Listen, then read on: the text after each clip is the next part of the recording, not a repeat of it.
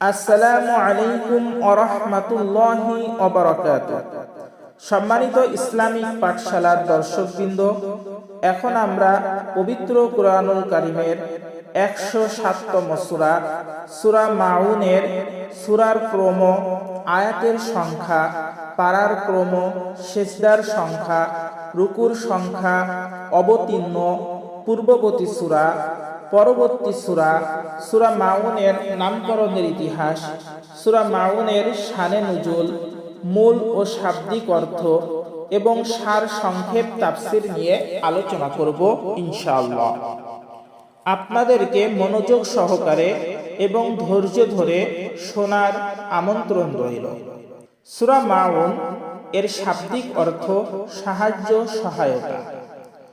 এটি পবিত্র কুরআনুল কারীমের 107তম সূরা। এই সূরার আয়াত সংখ্যা 7, পারার ক্রম 30, সিজদার সংখ্যা নেই, রুকুর সংখ্যা 1, অবতীর্ণ মক্কায়, পূর্ববর্তী সূরা সূরা ফিল, পরবর্তী সূরা সূরা কাউসার।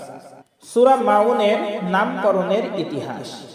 অত্র সূরার সর্বশেষ আয়াতে উল্লিখিত মাউন শব্দ থেকেই সূরার নামকরণ করা হয়েছে। এছাড়াও এই সূরাকে আদ-দীন ও সূরা ইয়াতিম নামেও আখ্যায়িত করা হয়। এ সূরায় কাফের ও মুনাফিকদের কতিপয় দুষ্কর্ম উল্লেখ করে জাহান্নামের শাস্তি বর্ণনা করা হয়েছে। এ সূরায় এমন সব সালাত আদায়কারীদেরকে ধ্বংসের বার্তা শোনানো হয়েছে যারা নিজেদের সালাতে গাফলতি করে এবং লোক দেখানো সালাত পড়ে।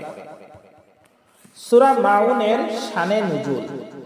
মহান রব্বুল আলামিন মক্কাবাসীর হেদায়েতের জন্য সূরা মাউন অবতীর্ণ করেন।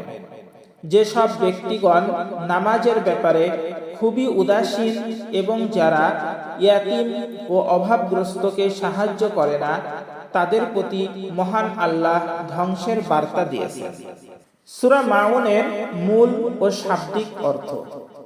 এখন আমরা সূরা মাউনের মূল ও শাব্দিক অর্থ তেলাওয়াত করব ইনশাআল্লাহ। আউযু বিল্লাহি মিনাশ শাইতানির রাজীম। বিসমিল্লাহির রহমানির রহিম। সূরা মাউন। আরাআইতাল্লাযী। সম্মানিত দর্শকবৃন্দ, আমরা এই সূরার প্রথমেই একটি মারাত্মক ভুল করে বসি নিজের অজান্তেই। আমরা অনেকেই পাঠ করি আরাইতা, মধ্যখানে হামজাইয়া জবর আই, এই হামজাকে আমরা উজ্জ করে রয়া জবর রয় পড়ে ফেলি। তখন আমাদের উচ্চারণ হয় আরয় আরয়, কিন্তু এটা ভুল হবে। আমাদের উচ্চারণ করতে হবে হামজা জবর আ, র জবর র, আর আর, হামজা ইয়া জবর আই, আর আই। আমরা বলবো না আরয়।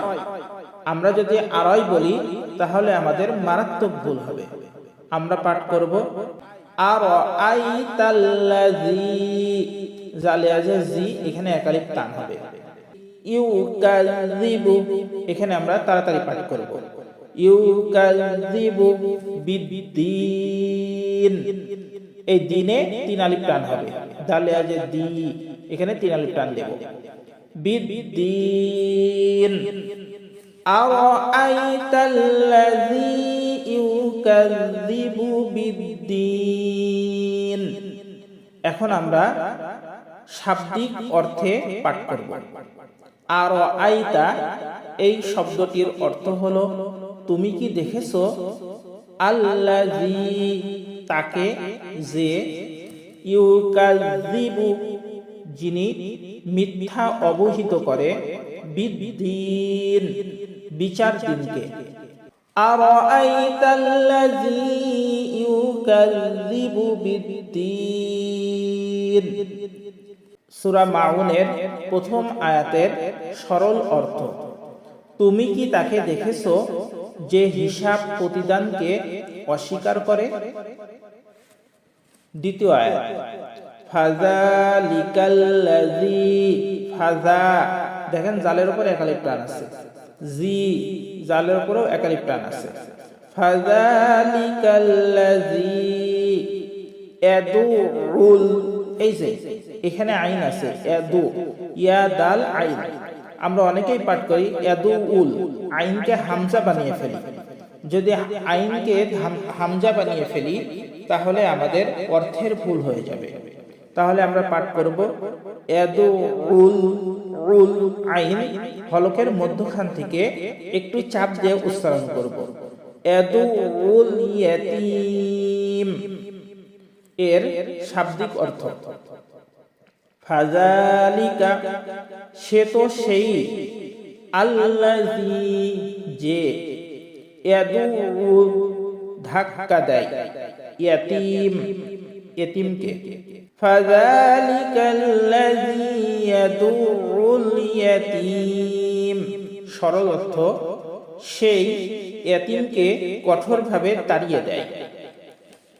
3 নম্বর আয়াত, ওয়ালা, লাতে একালিফ টান, ইয়াহুদ্দু, ইয়াহুদ্দু আলা, আলাতে একালিফ টান, আমরা অনেকে পাঠ করি আলা, হামজা বলে ফেলি, কিন্তু হামজা বললে আমাদের অর্থের ভুল হয়ে যাবে। আমাদের পাঠ করতে হবে আলা, আইন, আইন, তোআ, তোআ, আইনের উপরে একালিফ টান আছে। আমরা অনেকে পাঠ করি তা, তোকে তা বানিয়ে ফেলি, তামুল বলে ফেলি, এটা আমাদের ভুল হবে। তোআ, তোআ মিসকিন, কিন, কিনে তিন আলিফ টান দিব। ওয়ালা ইয়াহুদ্দু আলা তাআমিল মিসকিন, শাব্দিক অর্থ ওয়ালা এবং না, ইয়াহুদ্দু উৎসাহিত করে, আলা ব্যাপারে, তাআম খাদ্য দানে, মিসকিন অভাবগ্রস্তকে। ওয়ালা ইয়াহুদ্দু আলা তাআমিল মিসকিন, সরল অর্থ আর মিসকিনকে খাদ্য দানে উৎসাহ দেয় না। 4 নম্বর আয়াত, ফাওয়াইলুল লিল মুসাল্লিন, আমরা অনেকে পাঠ করি ফাওয়াইলুল লিল মুসাল্লিন, সাদকে সা বানিয়ে ফেলি বা সিন বানিয়ে ফেলি, সাল্লিন এভাবে পাঠ করি, এটা আমাদের ভুল হবে। সাদ, ফাওয়াইলুল লিল মুসাল্লিন, মুসাল্লিন শাব্দিক অর্থ ফাওয়াইলু অতএব দুর্ভোগ, লিল মুসাল্লিন ওই সব সালাত আদায়কারীদের জন্য। ফাওয়াইলুল লিল মুসাল্লিন সরল অর্থ অতএব সেই সালাত আদায়কারীদের জন্য দুর্ভোগ। 5 নম্বর আয়াত, আল্লাযীনা, এই জালিয়াজি এখানে একালিফ টান, আল্লাযীনা, আল্লাযীনা হুম, আমরা অনেকে পাঠ করি হুম, এটা হলো ছোট হা, হলকে শুরু থেকে আমরা উচ্চারণ করব হুম স্বাভাবিকভাবে। আল্লাযীনা হুম আন, আন, এই যে এখানে আইন আছে, আমরা অনেকে পাঠ করি আইনকে হামজা বলে ফেলি, আন বলে ফেলি, আন বললে ভুল হবে। আইন হলকের মধ্যখান থেকে চাপ দিয়ে উচ্চারণ করতে হবে এবং এখানে একটু গুন্না হবে। আল্লাযীনা হুম আন, আন সলা, আমরা অনেকে পাঠ করি সালা, সাদকে সিন বানিয়ে ফেলি, সালা, এই সালা বলা যাবে না, সাদ, সলা, লাতে একালিফ টান, সলা। আল্লাযীনা হুম আন সলাতিহিম, সলাতিহিম, আল্লাযীনা হুম আন সলাতিহিম সাতে একালিফ টান, হুন, আমরা অনেকে পাঠ করি হুন, এই ছোট হাকে আমরা অনেকেই বড় হা মনে করে পাঠ করে ফেলি এবং ছোট হার উচ্চারণ সবসময় হরফের শুরু থেকে হবে। এই জন্য আমরা পাঠ করব হুন, স্বাভাবিকভাবে সাহুন, হুনে 3 আলিফ টান। আল্লাযীনা হুম আন সালাতিহিম সাহুন। এখন আমরা শাব্দিক অর্থ জানব। আল্লাযীনা, যাদের বৈশিষ্ট্য হলো হুম, তারা, আন সম্বন্ধে, সলাতিহিম তাদের সালাত, সাহুন উদাসীন। এবার আমরা সরল অর্থ জানব। আল্লাযীনা হুম আন সালাতিহিম সাহুন, যারা নিজেদের সালাতে অমনোযোগী। 6 নম্বর আয়াত আল্লাযীনা, আল্লাযী জিতে 1 আলিফ টান। আল্লাযীনা হুম, এখানে হলো ছোট হা, এই জন্য হলকের শুরু থেকে আমরা পাঠ করব হুম। রতে 4 আলিফ টান হবে। ইরাউন, উনে হামজা ওয়া পেশ উ, উতে 3 আলিফ টান দিব। ইরাউন আল্লাযীনা হুম ইরাউন। শাব্দিক অর্থ আল্লাযীনা, যাদের বৈশিষ্ট্য হলো হুম, তারা, ইরাউন লোক দেখানোর কাজ করে। এখন আমরা সরল অর্থ পাঠ করব। আল্লাযীনা হুম ইরাউন, যারা লোক দেখানোর জন্য তা করে। 7 নম্বর আয়াত ওয়া ইয়ামনাউনাল মাউন। মিম আলিফ জবর মা, এখানে 1 আলিফ টান হবে। আইন ওয়া পেশ উ, এখানে 3 আলিফ টান দেব।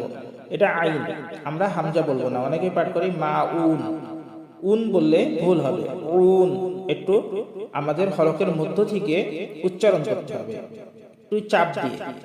ওয়া ইয়ামনাউনাল মাউন, ওয়া ইয়ামনাউন শাব্দিক অর্থ হলো এবং দেওয়া হতে বিরত থাকে। মাউন সংসারের প্রয়োজনীয় ছোটখাটো জিনিসের। ওয়ায়ামনাউনাল মাউন সরল অর্থ এবং ছোটখাটো গৃহ সামগ্রী দানে নিষেধ করে।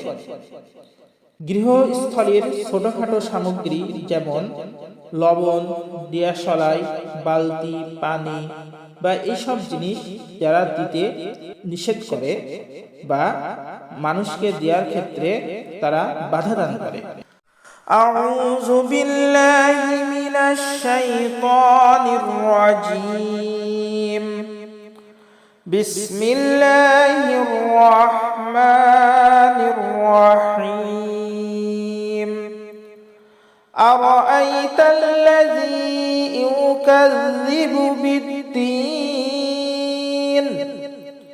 ফাযালিকাল্লাযী ইয়াদুল ইয়াতীম ওয়ালা ইয়াহুদ্দু আলা তাআমিল মিসকিন ফাওয়াইলুল লিল মুসাল্লিন আল্লাযীনা হুম আন সালাতিহিম সাহুন আল্লাযীনা হুম ইরাউন ওয়া ইয়ামনাউনাল মাউন। এখন আমরা সূরা মাউনের সার সংক্ষেপ তাফসীর নিয়ে আলোচনা করব। আপনি কি দেখেছেন তাকে যে বিচার দিবসকে মিথ্যা বলে প্রতিপন্ন করে? আপনি তার অবস্থা শুনতে চাইলে শুনুন। সে সেই ব্যক্তি যে ইয়াতীমকে ধাক্কা দেয় এবং মিসকিনকে অন্ন দিতে অপরকেও উৎসাহিত করে না। অর্থাৎ সে এমন নিষ্ঠুর যে নিজে দরিদ্রকে দেওয়া তো দূরের কথা, অপরকেও এ কাজে উৎসাহিত করে না। বান্দার হক নষ্ট করা যখন এমন মন্দ, তখন স্রষ্টার হক নষ্ট করা আরো বেশি মন্দ হবে। অতএব দুর্ভোগ সেই সব নামাজির যারা তাদের নামাজ সম্বন্ধে বেখবর, অর্থাৎ নামাজ ছেড়ে দেয়, যারা নামাজ পড়লেও তা লোক দেখানোর জন্য করে। জাকাত দেওয়ার জন্য সবার সামনে দেওয়া শরীয়ত মতে জরুরি নয়, কাজেই এটা মোটেও না দিলে কেউ আপত্তি করতে পারে না। কিন্তু নামাজ জামাতের সাথে প্রকাশ্য পড়া হয়, এটা সম্পূর্ণ ছেড়ে দিলে তা সবার কাছে প্রকাশ হয়ে যাবে, তাই কেবল লোক দেখানোর জন্য নামাজ পড়ে নেয়। সম্মানিত দর্শকবৃন্দ, আজ তাহলে এখানেই সমাপ্ত। পরবর্তী পর্ব দেখার আমন্ত্রণ রইল। আসসালামু আলাইকুম ওয়া রাহমাতুল্লাহি ওয়া বারাকাতুহু।